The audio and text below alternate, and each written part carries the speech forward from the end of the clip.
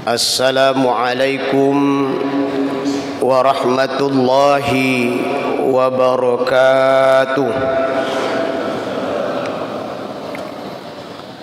Alhamdulillah, salatan wa salaman ala rasulillah wa ala alihi wa sahbihi wa mawalah. A'udzu billahi minasy syaithanir rajim. Innal muslimina wal muslimat wal mu'minina wal mu'minat wal qanitina wal qanitat was sadiqina was sadiqat was sabirina was sabirat wal khashi'ina wal khashi'at والمتصدقين والمتصدقات والصائمين والصائمات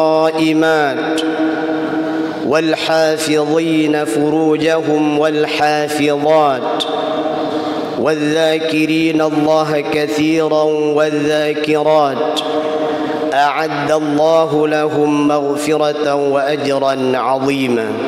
Surah Al-Ahzab ayat 35. Wa qala Nabi sallallahu alaihi wasallam, khairun nas anfa'uhum linnas. Jamaah salat subuh yang dirahmati Allah Subhanahu wa taala.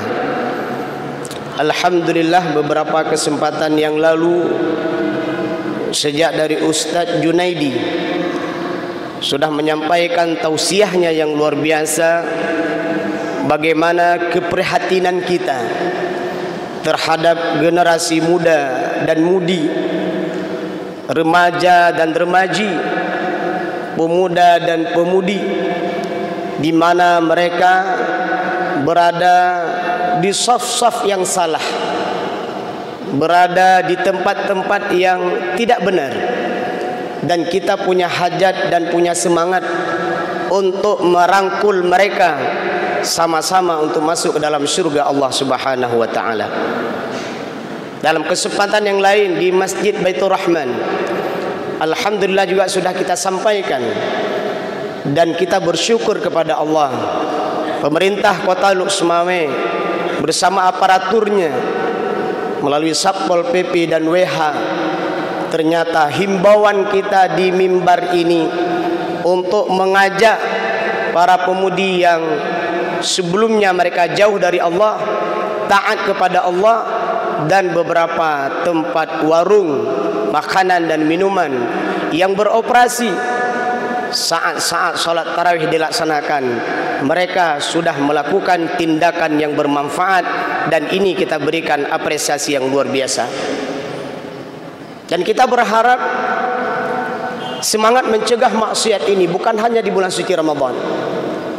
Apalagi kita, Aceh adalah daerah yang bersyariat.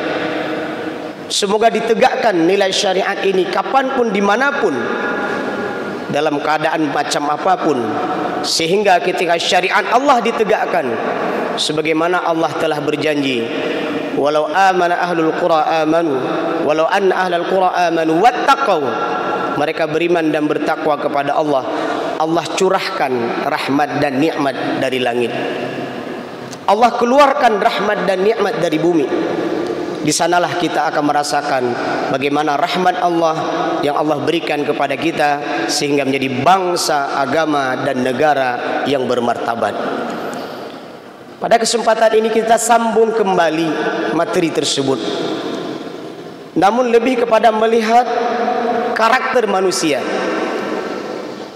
Di sini Allah Subhanahu wa taala merincikan kepada kita ada 10 ciri penghuni surga. Dan dari sinilah kita nanti akan melihat, dengan karakter ini kita akan memahami kenapa ada sebagian di antara mereka yang taat kepada Allah, ada sebagian di antara mereka yang bermaksiat kepada Allah. Bahkan di sini kalimatnya cukup jelas. Allah menyebutkan laki-laki dan perempuan penghuni surga. Yang pertama di sini Allah Subhanahu wa taala menyebutkan adalah innal muslimina wal muslimat, laki-laki yang muslim dan perempuan yang muslim. Kalau selama ini kita melihat ada pemuda dan pemudi yang berboncengan satu motor berdua. Apakah mereka buat PR berdua kalau masih usia sekolah, atau mereka usia kuliah buat makalah berdua, rekreasi berdua, berjalan berdua, semua berdua, padahal mereka belum menikah. Kalau melihat dari ayat ini, maka persoalan pertama yang kita pertanyakan adalah keislaman mereka. Saya ulang kalimatnya. Kalau kita melihat tampilan-tampilan seperti ini, pemandangan seperti ini, mereka belum menikah tapi kok jalan berdua. Mereka belum menikah tapi kok makan dan minum berdua. Mereka belum menikah tapi kok rekreasinya berdua. Maka salah satu jawabannya adalah perlu dipertanyakan keislaman mereka. Karena di sini Allah Subhanahu wa taala menyebutkan ciri pertama daripada penghuni syurga itu adalah innal muslimina wal muslimat. Dalam bahasa yang sederhana, apa arti Islam? Islam adalah tampilan. Islam adalah wajah. Ketika seseorang dari segi berbicaranya tidak menunjukkan pribadi muslim, maka dia dipertanyakan keislamannya.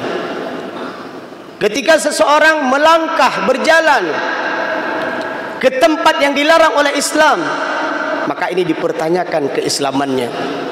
Ketika seseorang melihat, mendengar sesuatu yang dilarang oleh Islam, maka orang seperti itu adalah dipertanyakan keislamannya. Karena apa? Orang muslim itu kapanpun, dimanapun, mereka akan menampilkan syiar-syiar Islam. Maka di dalam surat Al-Ahzab Allah juga menyebutkan, di antara fadilah hikmah mereka menutup aurat adalah Allah menyebutkan yu'rafna. Saya ulang kalimatnya. Di antara hikmah mereka menutup aurat adalah Allah menyebutkan yu'rafna. Ketika mereka lewat berbusana muslim dan muslimah, orang akan mengenal nyam berarti urung Islam. Ketika ada orang membuka aurat, ada anak muda dan anak mudi membuka aurat, orang meragukan, nyan Islam bukan Islam, meragukan. Kalau Islam dia tidak akan mungkin buka aurat. Maka berhati-hatilah dalam segala sifat, sikap tanduk kita. Hendaknya kita mencirikan, menampakkan ciri khas daripada Islam. Kenapa? Allah sendiri menyebutkan orang Islam itu nampak. Dan bahkan dalam hadis sahih disebutkan bekas-bekas wudhu kita. Nanti Rasulullah Muhammad SAW akan mengenal bahawa nyan umat lu itu adalah umatku dari bekas wudhu kita. Nah, dalam keseharian orang juga akan mengenal dengan tampilan kita bahawa kita adalah orang muslim.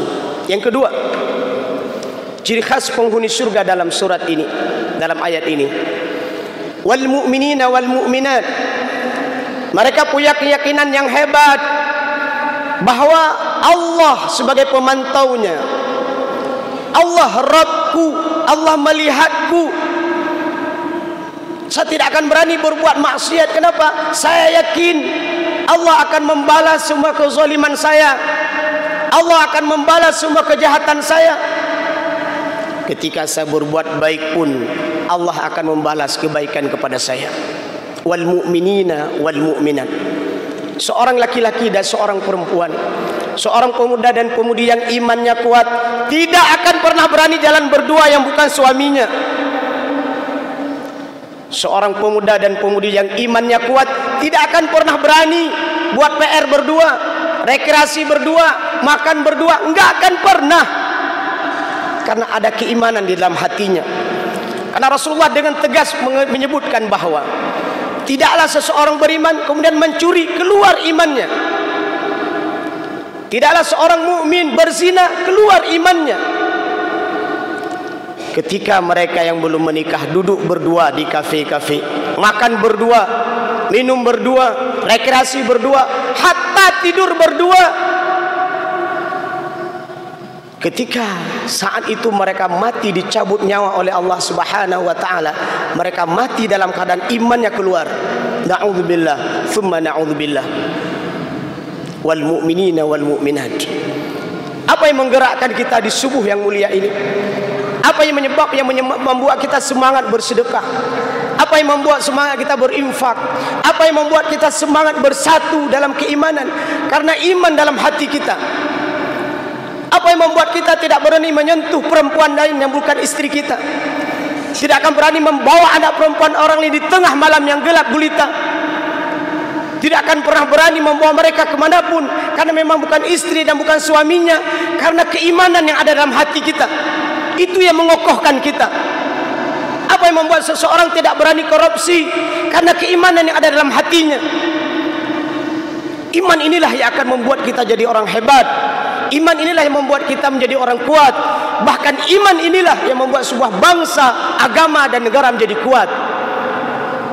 Ketika iman itu telah hancur, ketika iman itu telah luntur, ketika iman telah usang, ketika iman telah hilang, jangan pernah berharap kebaikan sedikit pun darinya. Ciri khas yang kedua. Yang ketiga, Allah menyebutkan ciri penghuni surga adalah laki-laki dan perempuan yang selalu taat. Coba perhatikan. Ini mohon maaf, psikologi anak kita. Anak kita saat berangkat dari rumah bersama kawannya yang perempuan. Ini psikologi plus kisah nyata. Sehingga ayah dan maknya merasa aman. Tapi apa yang terjadi Bapak Ibu jamaah rahimakumullah? Begitu mereka tiba di depan Taman Riyadhah, begitu mereka tiba di depan lapangan Irak, apa yang terjadi? Dua orang cowok udah nunggu satu motor. Mereka transit di sana. Yang inang buno ba Honda na agam yang iba buno, yang ane agam tidronya ba Honda na inang yang iba buno. Ijam taboyan, sabo pasang, dua pasang ijam taboyan. Ketika mereka pulang, transit kembali di depan lapangan Irak, transit kembali di depan Taman Riyadhah, pulang kembali sama-sama perempuan dan sama-sama laki-laki. Kita melihat, orang tuanya melihat, bereh tak anak longnya, si mutuah je, mutuah dah je, hana im cewek je, hana im agam je, tiga tak, betul ikudron, ikudron betul, tapi ikudron kanya pelaku, sulit kan, bohong kan. Maka disinilah peran seorang laki-laki dan perempuan perlu qanitin, qanitat, laki-laki yang sabe-sabe taat, perempuan yang sabe-sabe taat. Ada yang melihat, tak ada yang melihat, ada yang memantau, tak ada yang memantau, ada yang menegurnya, tak ada yang menegurnya. Dalam keadaan hujan, dalam keadaan terik matahari, subuh, malam, siang, tak ada yang melihat. Tapi dalam pribadinya punya sifat qanitin, qanitat, dia akan selalu taat kepada Allah Subhanahu wa taala. Pribadi seperti inilah yang dibutuhkan dalam kehidupan kita. Siapapun mereka, seorang pemimpin, seorang karyawan, seorang atasan, masyarakat biasa, Pak Bupati, tukang pedati, Pak Camat, tukang tomat, siapapun mereka, hendaklah mereka memiliki sifat qanitin, qanitat. Sabe-sabe taat. Jangan taat musiman. Kalau ingin menjadi penghuni syurga, sabe-sabe taat, qanitin, qanitat. Selanjutnya ciri yang kelima adalah as-sabirina was-sabirat. Laki-laki dan perempuan yang sabar. Sabar tidak bermaksiat, sabar selalu dalam keadaan taat, sabar menghadapi musibah. Nomor 6, khashi'ina khashi'an. Laki-laki dan perempuan yang khusyuk, Masya Allah. Hadirnya SMS, hadirnya GPS. Maka hari ini kita melihat di Aceh dan bahkan Indonesia sudah semarak solat subuh berjamaah. Ini luar biasa. Dan yang cukup luar biasanya lagi adalah di saf-saf depan itu laki-laki, pemuda-pemuda yang khusyuk dalam solatnya. Di saf ibu-ibu kita melihat pemudi-pemudi yang khusyuk dalam solatnya, khusyuk dalam mengikuti majelis ta'lim, khusyuk dalam mengikuti kegiatan keilmuan. Mereka berada di saf-saf depan. Ini yang luar biasa kita rindukan hari ini. Kalaulah hari ini kita didik pemuda dan pemudi kita berada di saf depan saat mereka sholat, maka insya Allah 10 dan 20 tahun yang akan datang mereka akan jadi presiden. Allahu Akbar. Akan jadi presiden. Presiden yang berada di saf depan. Presiden Indonesia, presiden Chechnya, presiden Solo di depan. Itu kalau presiden dunia. Mereka setahun sekali berkumpul untuk salat subuh berjamaah. Semua pemimpin kita berada di saf depan. Kalau ini yang kita didik. Tapi kenapa hari ini tidak ada pejabat-pejabat di saf depan misalnya? Mohon maaf. Karena hasil didikan mereka 10 dan 20 tahun sebelumnya, mereka tidak dididik untuk salat. Maka tugas kita hari ini adalah, kalau ingin mendidik pemimpin masa depan, dari sekarang kita didik mereka. Jadikan mereka penghafal Al-Quran, mereka memahami Al-Quran, mereka mengamalkan Al-Quran, selalu berada di masjid, memberikan pengajian, menjadi imam. Imam tak ada, jadi makmum pun jadi. Artinya mereka meramaikan tempat-tempat yang mulia. Ada kerinduan kita hari ini. Mulai dari kepala lorong, Pak Gisi, Pak Camat, Pak Bupati, Pak Gubernur, mandum di saf depan. Ini kerinduan kita. Kalau ini sudah tercapai, maka insya Allah mereka akan membuat program-program kebaikan. Rakyat akan sejahtera, rakyat akan bahagia. Kenapa? Karena mereka sudah dekat dengan Allah Subhanahu wa taala. Mereka yang sudah dekat dengan Allah, mereka yang menjaga hak Allah, mereka akan dekat dengan manusia dan akan menjaga hak-hak manusia. Tapi sebaliknya, ketika mereka jauh dari Allah, ketika mereka tidak dekat dengan Allah, maka mereka tidak akan menjaga hak-hak manusia dan tidak akan mendekati manusia dan membuat kebaikan padanya.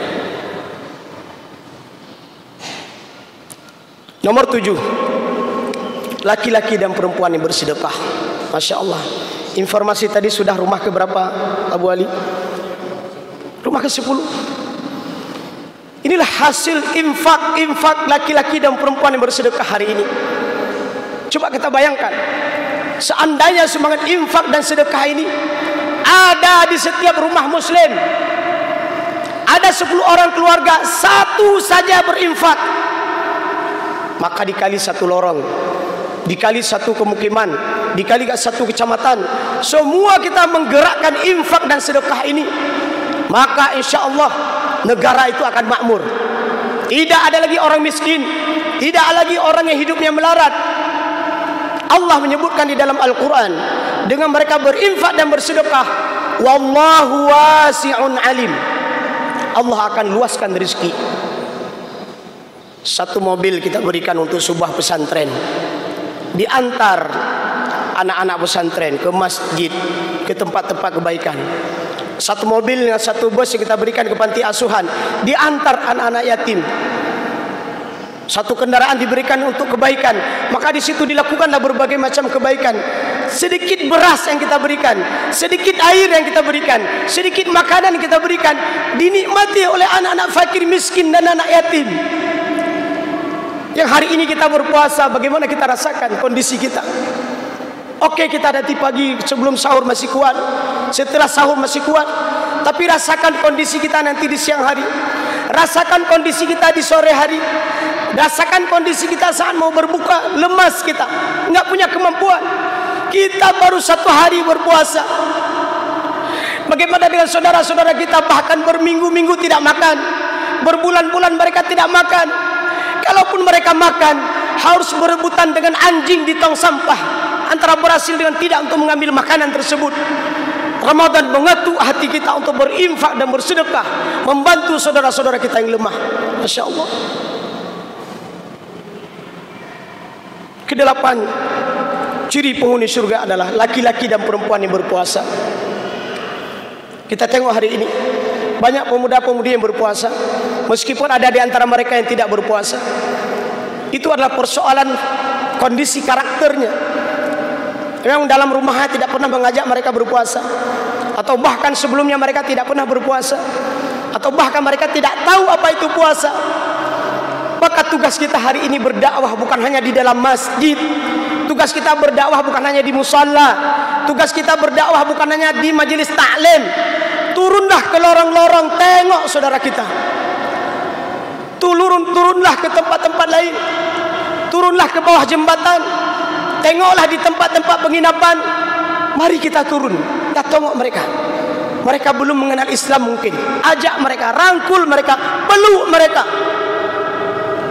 InsyaAllah dengan ajakan-ajakan kita karena Allah, mereka akan beriman kepada Allah Subhanahu wa taala. Kesembilan, Masya Allah, wal hafidhina furujahum wal hafidhan. Laki-laki dan perempuan yang menjaga kemaluannya. Masya Allah. Mereka senantiasa menjaga diri. Mereka berpuasa, tidak berkhalwat, tidak menyentuh tangan seorang perempuan yang bukan istrinya. Begitu juga sebaliknya. Mereka takut kepada Allah. Mereka menunggu-nunggu saat pernikahan mereka. Di sini kita ajak, mari, ayo wahai pemuda dan pemudi, bagi anda yang sudah sanggup menikah, menikahlah, karena itu lebih selamat. Bagi anda yang belum mampu, berpuasalah dan memintalah kepada Allah agar Allah memberikan kemampuan kepada anda. Sesungguhnya menikah itu adalah membuat mereka bahagia dan dicintai oleh Allah Subhanahu wa taala. Semua perbuatan seorang anak muda dan mudi sebelum menikah itu haram hukumnya. Memegang tangannya, mengajaknya, berjalannya, apapun bentuknya itu haram. Tapi Rasulullah menyebutkan setelah mereka menikah, itu semua perbuatan menjadi halal dan itu menjadi pahala surga. Hatta kita suapkan satu suap makanan ke mulut istri kita. Masya Allah. Masya Allah. Ini saya lihat wajahnya senyum-senyum semua. Yang sudah menikah tentunya sudah pernah disuapkan makanan oleh istrinya atau suaminya. Ya, Masya Allah. Semua kegiatan kebaikan yang dilakukan setelah menikah itu adalah pahala semuanya, akan mengantarkannya ke dalam surga Allah Subhanahu wa taala. Terakhir, ciri penghuni surga adalah wadzakirina wadzakirat. Masya Allah. Laki-laki dan perempuan yang berzikir kepada Allah Subhanahu wa taala. Ada kerinduan dan kesyahduan kita melihat anak-anak muda dan pemudi-pemudinya itu berzikir di rumah Allah. Mereka membuat halaqah-halaqah kebaikan. Mereka berdakwah, mereka mengajak kawan-kawannya, mengajak saudara-saudaranya. Dan hari ini Masya Allah, kebangkitan Islam sudah terlihat, kebangkitan Indonesia sudah terlihat. Hadirnya para penghafal Al-Quran, mereka yang berada di saf-saf depan, mereka memahami Al-Quran, mereka mengamalkan Al-Quran. Ini menjadi sebuah aura kebangkitan bagi Aceh dan Indonesia pada umumnya, dan bahkan dunia. Insya Allah 10 tahun dia akan datang, 20 tahun dia akan datang, Al-Quran akan menggema di seluruh lorong kehidupan ini. Masya Allah, tidak sia-sia Bapak Ibu yang hari ini bersedekah, berinfak, memberikan ide untuk lembaga-lembaga pendidikan. Jangan pernah bersedih hati. Apa yang anda lakukan hari ini itu adalah kita siapkan untuk masa depan kader-kader terbaik kita. Maka datangi mereka, peluk dan cium mereka, jaga mereka, rawat mereka, bimbing mereka dengan apapun yang kita miliki. Itu namanya mendidik kader-kader muslim terbaik. Dan di ujung ayat Allah menyebutkan, a'adallahu lahum maghfiratan wa ajran 'azima. 10 sifat mulia ini akan Allah berikan kebaikan. Allah akan ampuni mereka ajran 'azima, dan Allah masukkan mereka ke dalam syurga Jannatun Na'im. Semoga kelak semuanya khususnya, Aceh khususnya, dan Indonesia umumnya, dan pada umumnya umat Islam seluruh dunia, semoga mereka memiliki karakter penghuni surga, bahagia di dunia dan insyaallah masuk surga di akhirat. Alhamdulillahirabbil alamin. Subhanakallahumma wa bihamdik asyhadu an la ilaha illa anta astaghfiruka wa atubu ilaika. Assalamualaikum warahmatullahi wabarakatuh.